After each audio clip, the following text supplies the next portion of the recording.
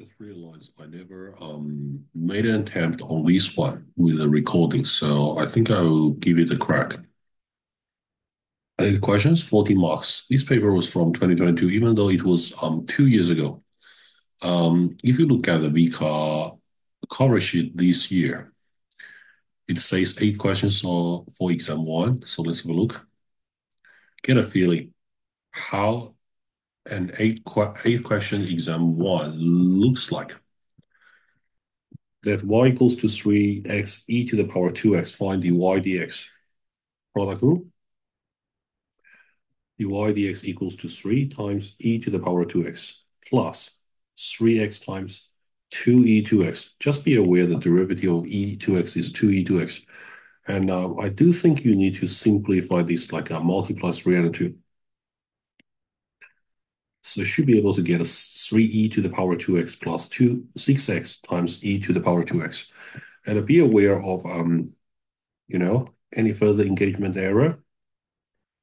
If you really want to simplify or factorize, make sure it's the correct one, okay? Next one.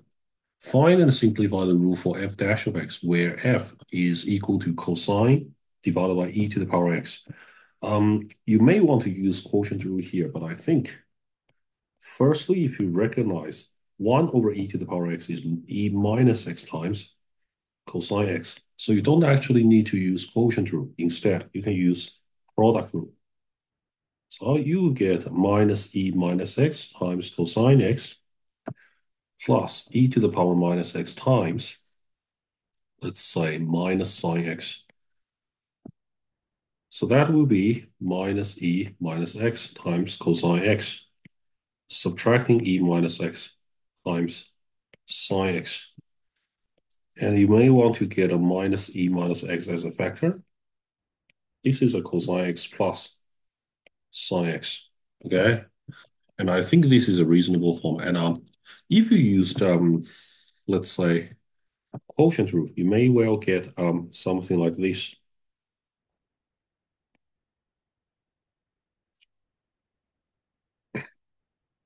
And make sure you write the vinculum long enough. If you read through the assessment report, the chief assessor's report, writing the vinculum correctly and make sure you have bracket or suitable notation to properly express that, okay?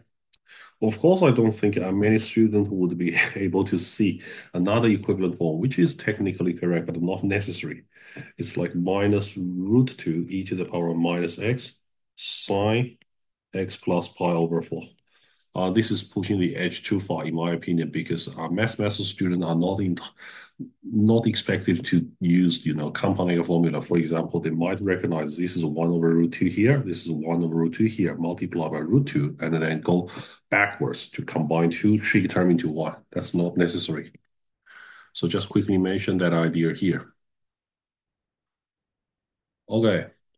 Let g be a function from 3 over 2 to infinity and gx equals to 3 over 2x minus 3. Find the rule for an antiderivative of g of x. An antiderivative means your c could be 0, okay, or any other real constant. But the thing is, you have to use correct notation. Say 3 over 2x minus 3 dx. That gives you 3 on 2 log e bracket 2x minus 3. Add a c, okay? Or you don't need to add a c because c can technically take anything. Just notice the dx.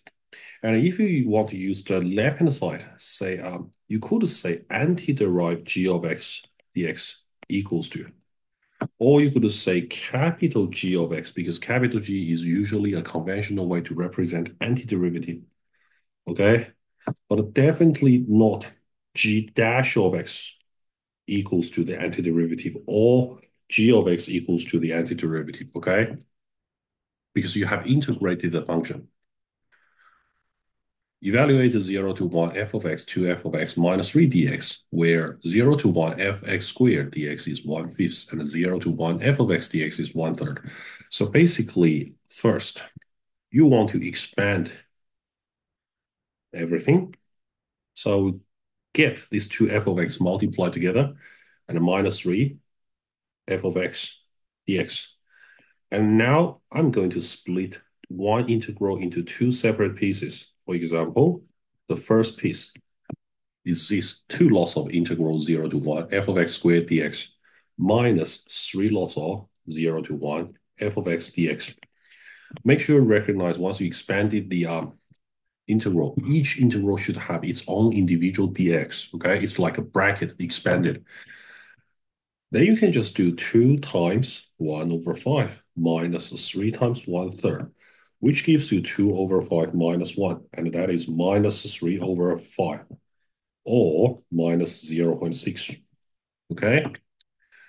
And that's a very generous 3 marks question. Just be very careful with the notations. For example, like dx, or the correct use for brackets, okay? These sort of things and issues are addressed in the past VCAA exam reports. Okay, consider the system of equations with the parameter k. Determine the value of k for this system of equations above have infinite number of solutions. So the way I usually attempt this is k over 3 equals to minus 5 divided by k plus 8. And minus 5 divided by k plus 8 equals to 4 plus k divided by minus 1. All ratios are equal for identical lines. Whenever I see infinite number of solutions, that means two equations can be eventually merged into one same equation, one same form, all right? That means I need to find some value k to satisfy these two equations, like common solutions. So k times k plus 8 equals to minus 15. So k squared plus 8k plus 15 equals to 0. And then you just say, okay, k plus 3, k plus 5 equals to 0. K equals to negative 3, k equals to minus 5. And the other thing is when you cross multiply these two terms, you will get a 5 minus 5 times minus 1 is 5 equals to k plus 8 times k plus 4. So 5 equals to k squared plus 8k times 4k plus 4k, that's 12k. 8 times 4 is 32. And I push the 5 to the other side, you get k squared plus 12k plus 27 equals to 0. So you have k plus 3, k plus 9 equals to 0. And the k is negative 3, and the k equals to negative 9. To satisfy both equations for infinite solutions, k equals to negative 3 only, because that's the only common solution to satisfy the two equations. Of course, a more common strategy is to just equate the gradient using this one. But once you get to this here, you can sub in k equals to minus 3 or k equals to minus 5 separately. So I'll show you the alternative working. Or subbing k equals to negative 3, the first equation and the second equation. The first equation will give you negative 3x minus 5y equals to 1. The second equation will give you 3x plus 5y equals to negative 1. So the first equation is actually multiple of negative 1 to the other. So it's actually the same line. Okay? Then you can say subbing k equals to minus 5. The first equation will give you minus 5x minus 5y equals to minus 1.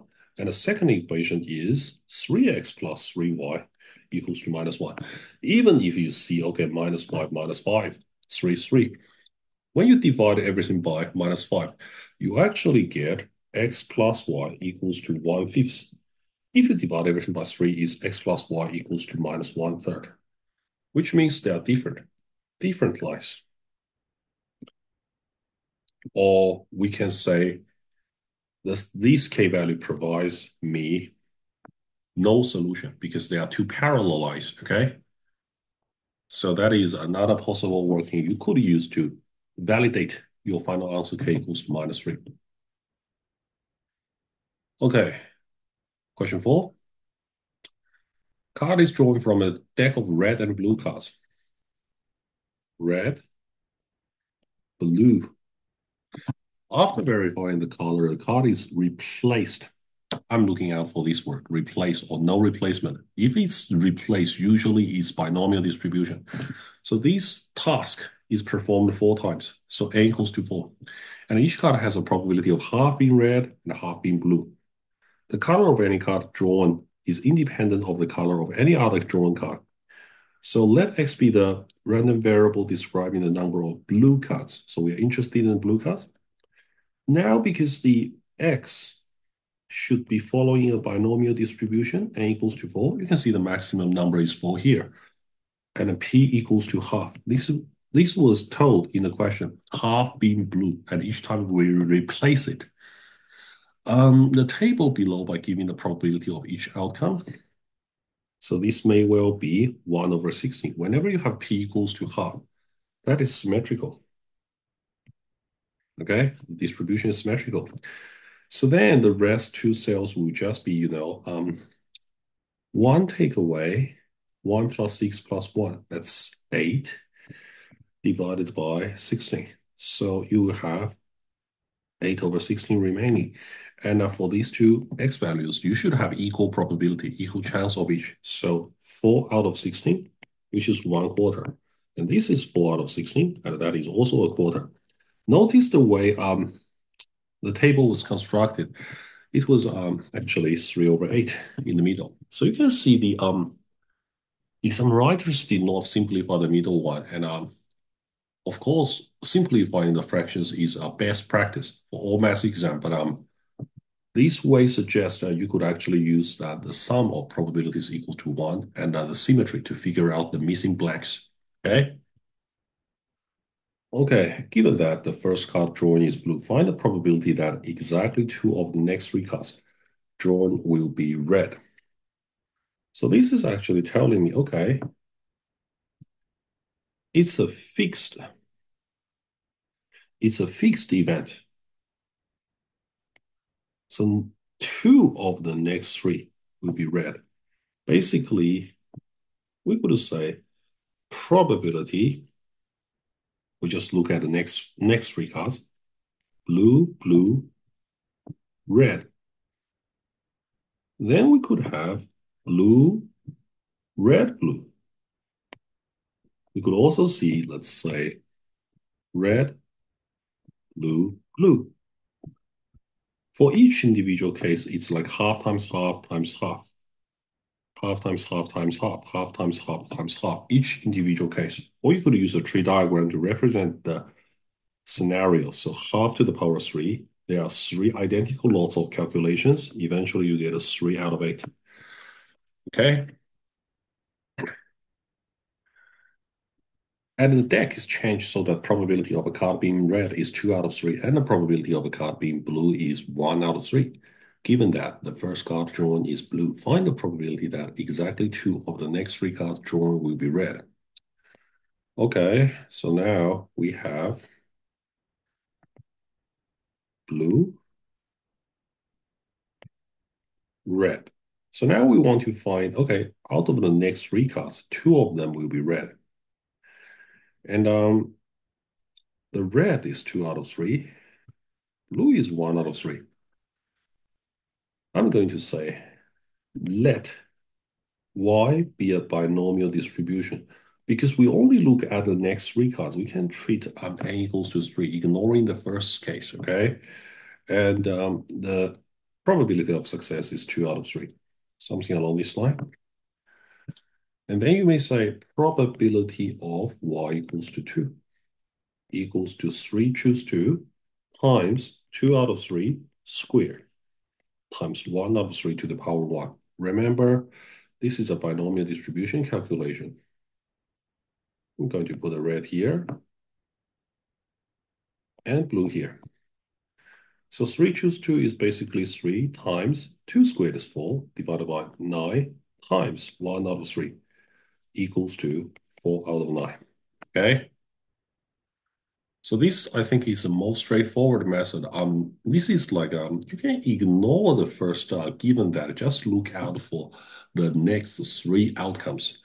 But technically, I'm going to demonstrate how this could be done using conditional probability formula. Let me just make this bit smaller.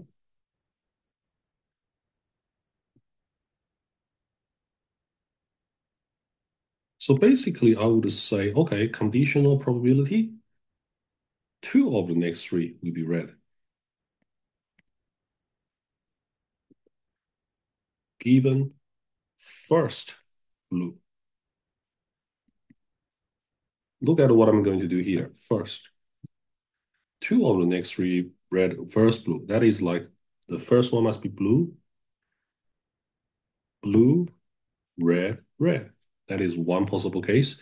And also you have B, the first one must be a fixed blue. You could have red, red, blue.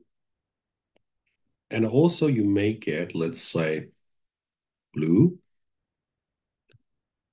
red, blue, red. Given that the first one is blue, but I don't know anything about the next 3. So we put it like B cross, cross, cross. That could be anything, okay? Once we take the intersection between these 2 events, the numerator will just be B, B, R, R. And to save me a bit time, I'll just duplicate what I had here. So that is the result for after intersecting 2 events. And then you will get probability of blue, cross, cross, cross, any event, okay? So that actually includes everything except for the first one is blue. So this event is just the total probability of 1/3 because it covered every possibility, okay? All the probability here. This probability must sum up to be 1/3. So the denominator is actually 1/3, and you have 1/3 times 1/3 times 2/3 times 2/3. And also the other calculation is like 1/3 times 2/3 times 2/3 times 1/3, okay? And also the last case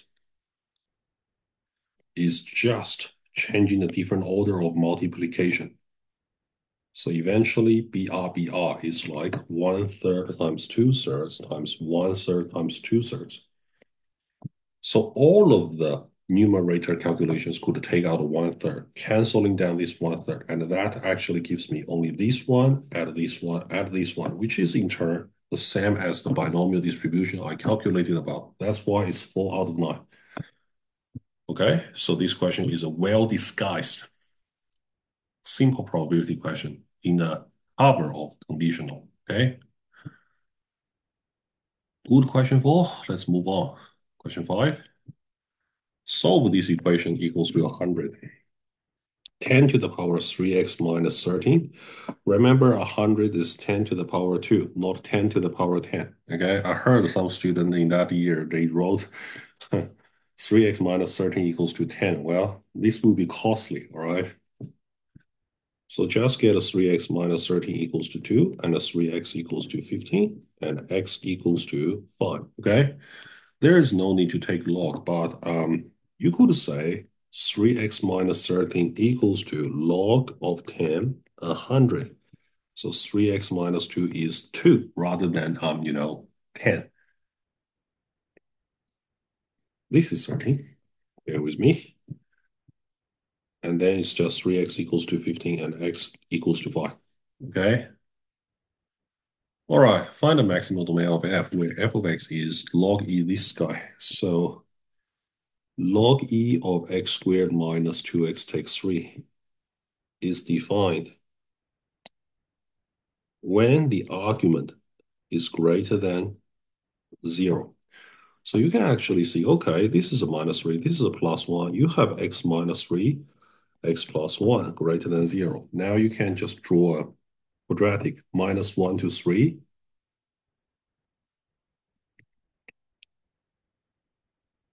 We would like to get a positive part. So here, up to the intercept excluded. So that's x minus 1 or x greater than 3, because we want to see the part above the quadratic. Therefore, domain of f equals to negative infinity to minus 1 union 3 to infinity. Or you might say x belongs to r backslash square root minus 1 to 3. Okay? If you want to use the slash notation, just be very careful because you don't have a square bracket here. You slash in the opposite, okay? Not curly bracket. Okay. The graph f of x equals to 2 sine 2x minus 1 is shown below. On the axis above, draw the graph G. It's a reflection in the x-axis of f of x. So if I flip that point to here, let me use a different color. The blue color is better. Flip that point here, flip that point here, flip that point here. So that's one branch, one hump. Okay, the other branch should be reflected here.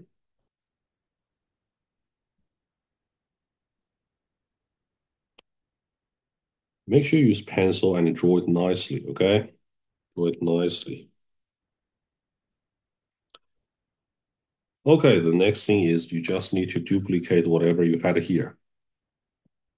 Of course, I'm using an iPad. On the physical paper, you have to draw this graph carefully, okay? And you can see, yep, pretty much that's the graph. And the question did not ask for any label of coordinates. So this is 2 pi 1, this is 0, 1, and we are about to find this intercept and a turning point, okay? Just make sure your graph looks reasonable, smooth, and clean. The next thing is find all values of k such that fk equals to 0 and k between 0 and 2 pi. So the problem is we need to use k rather than x. So now I will replacing this x with k. We have 2 sine 2k minus 1 equal to 0. And the first target is to isolate sine 2k. That is half. Okay? And the k is between 0 to 2 pi. So 2k is between 0 to 4 pi. So this is my working domain. With this working domain, we expect 0 to 2 pi, 2 pi to 4 pi, 2 cycles. So we have 4 solutions. Each cycle, we have 1 solution. Therefore, the first case is 2 pi equals to pi over 6 and 5 pi over 6. If you look at the symmetry, okay, this is pi over 6, and rotating here is pi minus pi over 6. And the other solution may well be 2 pi plus pi over 6 and 2 pi plus 5 pi over 6 in the next cycle, first cycle and the next cycle. So remember now you have 2k equals to pi over 6, 5 pi over 6. And this will be 13 pi over 6. And 12 plus 5 is 17 pi over 6. Don't forget you are about to solve for k rather than 2k. So you need to divide everything by 2. Pi over 12, 5 pi over 12, 13 pi over 12, and 17 pi over 12. Okay? And if you look at the graph here, yep, looks quite reasonable. See, pi over 12, 5 pi over 12. This is half pi. So like 1, 2, 3, 4, 5, 6. Yeah, 1 and a 5. And the other one is 1, 2, 3, 4, 5, 6. Okay, so add another pi to each solution. Okay, let H be the same rule as before, but we have a different domain, same rule of f of x with a different domain. So the graph of h of x is translated h units, a units in the positive horizontal direction and b units in the positive vertical direction. So that is mapped onto the graph of g of x. A, b are positive real numbers. Find the value of b. Now, if you want to translate graph here. Let me just duplicate something.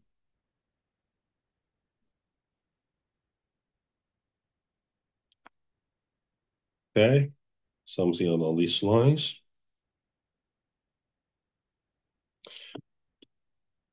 It has the same rule as before. So if I want to translate that up, I have to actually translate this up by 2 units, okay, to match the turning point, and then I can shift that to the right. But you can see there is a part dropping outside the 2 pi. So actually, I think I should, instead of restricting this graph from 0 to 2 pi initially, I would say it needs to look like, let me draw it better. This, you know what I'm saying? So that looks like, okay, I can first bring that up by 2 units, then push that to here so they can match the g of x exactly, okay? So I think I will put y equals to g of x here. And now this should be from 0 to 2 pi for the x value. And now this should be y equals to h of x, because this distance is half pi from here to here. Now I would say this will be minus half pi to 3 pi over 2, okay? And b equals to 2, up, okay? Then a equals to half pi, right? Okay. Smallest positive value for a, that is a equals to half pi, and hence or otherwise state the domain D of h of x. So D equals to, let's say, minus pi over 2, 3 pi over 2. Or technically speaking, you could say this is minus pi over 2 plus 2m pi. And 3 pi over 2 plus 2m pi, something along this line. And m must be z minus union 0, something along this line. But I wouldn't push this bar. Just use the simplest domain possible, okay? Because if you are trying to consider a general case, it may introduce extra inconsistencies or errors. Anyway,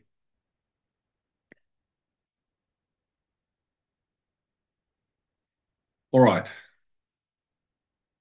Question 7, an interesting one I heard from many students and colleagues.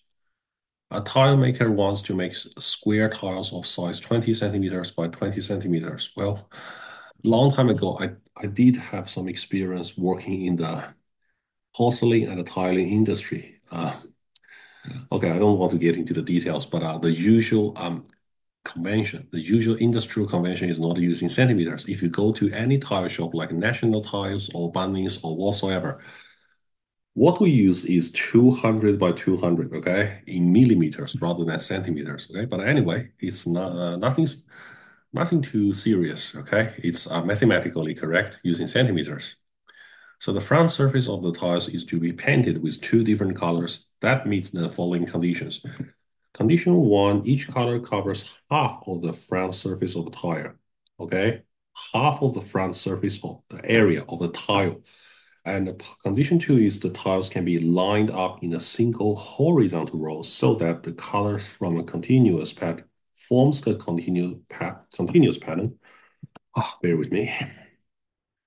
Continuous means, okay, like this, like this, like this, like this. So the Y values need to line up.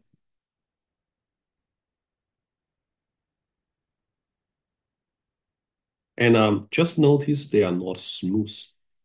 apparently it's not smooth because you can see the gradients from each side. It's not smoothly joined, but the y values, they do form a continuous pattern. For type A, the colors on the tiles are divided using the rule 4 sine pi x over 10 plus a. It must be in the middle. So I think this is 10 units, this is 10 units, 10 units, 10 units. And you can see by tessellation, this bit can be tessellated here to fill up the gap. So it's exactly half. So area of the front surface of each tile, well, that's the total area.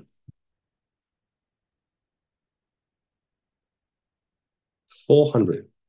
And just notice the question did not say find the area, comma, in centimeters squared, okay? If the unit is not specified in the question stem, no. Throughout the question, it hasn't identified the unit. I think you should write centimeter square, which was one of the rare cases in the past VCAA exam. You need to specify unit to get that mark, I suppose. And find the value of A so that the type A tile meets condition 1, basically because the middle line must be in the center line of the sine function must be in the middle. So you say A is 10, okay? 10. If you wish, you could write it centimeters here, but the question says the value of A, okay? Okay. Yeah, actually, I would say the question actually missed a sentence. All measurements are in centimeters. The question did not say that, but we have to make this assumption. Type B tiles, an example of which is shown below, are divided using the rule g of x equals to minus 100 x to the power 3 plus 3 over 10 x squared minus 2x plus 10. And show that the type B tile meets condition 1, which means you need to integrate and find the area underneath. So the area shaded equals to the integral from 0 to 20. Let's assume this is talking about a function like this, okay? And we are trying to integrate g of x, so we can just say minus 1 over 100 x to the power 3 plus 3 over 10x squared minus 2x plus 10 dx. Don't forget about dx at the end, okay? So the next thing I'm going to do is integrate. Basically, I'll get a minus 1 over 400 because minus 100 divided by 4. Raise the power to 4 plus 3x squared raised to the power 3. So 1 over 10x to the power 3 minus x squared plus 10x from 0 to 20. Next thing is show some correct calculation. For example, minus 20 to the power 4 divided by 400 plus 20 to the power 3 divided by 10 minus 20 squared plus 200. This is just the upper limit, and you do need to sort of mention when you start in 0, you get a 0 plus 0 minus 0 plus 0, okay? Just to complete the form of calculation for show that question. And next thing I'm going to do is minus 400 squared divided by 400. 20 squared is 400, and squared again, that's 20 to the power 4, plus 8,000 divided by 10, minus 400, plus 200. So technically speaking, you get a minus 400 plus 800 minus 400 plus 200, which is equal to, you can cancel the first three terms, equals to 200. But how does this meet condition 1? You have to make a concluding statement, I suppose. This is equal to half times 400, which is equal to half of area each tile. Therefore, it meets condition 1. Okay, so that is my work into the 3 marks show that question.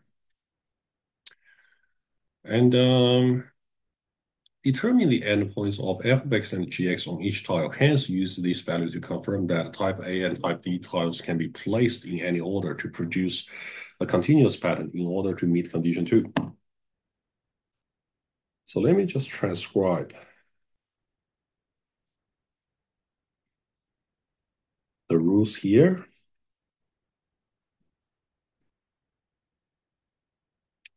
G of x is that.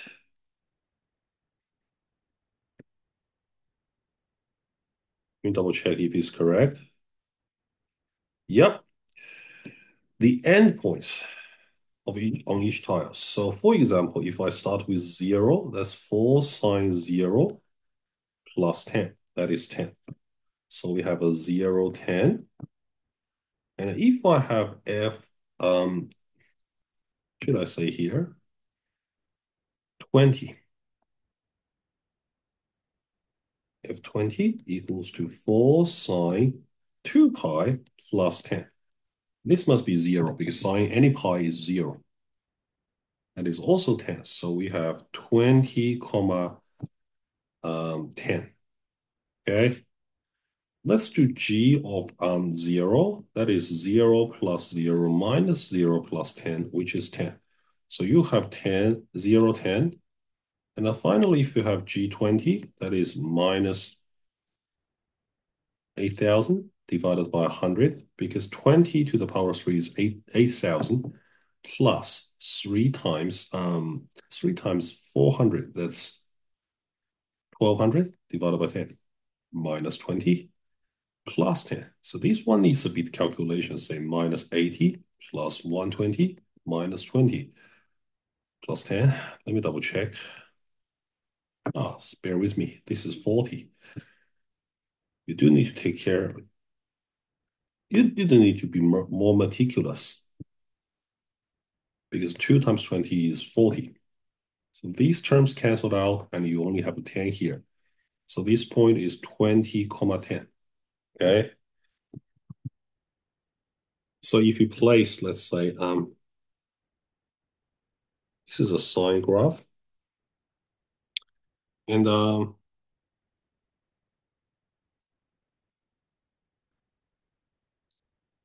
this is g of x, okay? This is f of x. But technically, if you put that under the same set of axes, I would say, strictly speaking, this thing should be, you can see they meet each other nicely. And this should be x minus 20, okay? X minus 20. Basically, this is, yep, this pattern. Let's say A, B, that's good, okay? Since f of 20 equals to g of 0 equals to 10, that pattern is satisfied. Similarly, if I do f0 equals to g20 also equals to 10, the pattern is like, we can put a BA, okay? If I have f of 20 equals to f of 0, that is AA, okay? If I have g of 20 equals to g of 0, that is BB.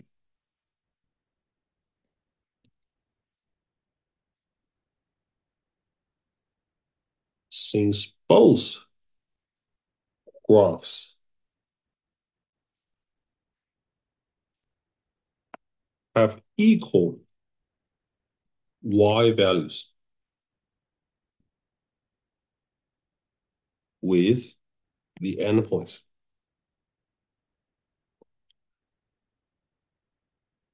the continuous pattern can be formed. Actually, the continuous pattern of tessellating the tiles can be formed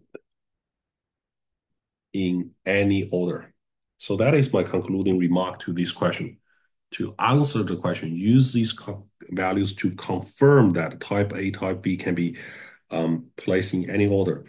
So if you look at the assessment report, you probably need to make some announcement like this. All these four values equal to each other, and you write that as one line, and eventually make some remark, linking back to the condition to, well, I must admit, this is a math exam.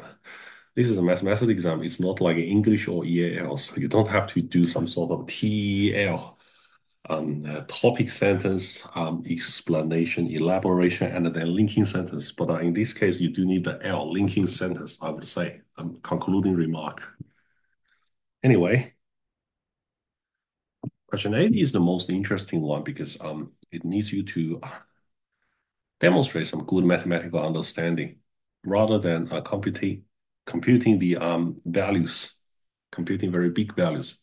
So part of the graph of y equals to f of x is shown below. The rule gives the area bounded by the graph.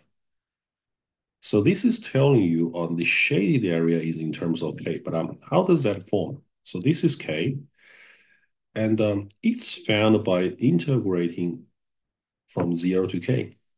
F of x dx, that is equal to a of k.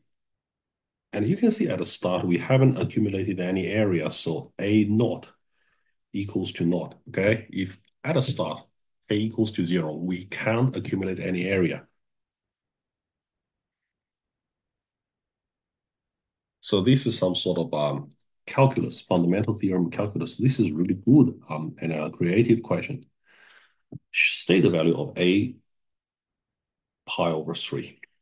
So you will get a pi over 3 here, sine pi over 3. But as a capable method student, you should be able to evaluate that answer.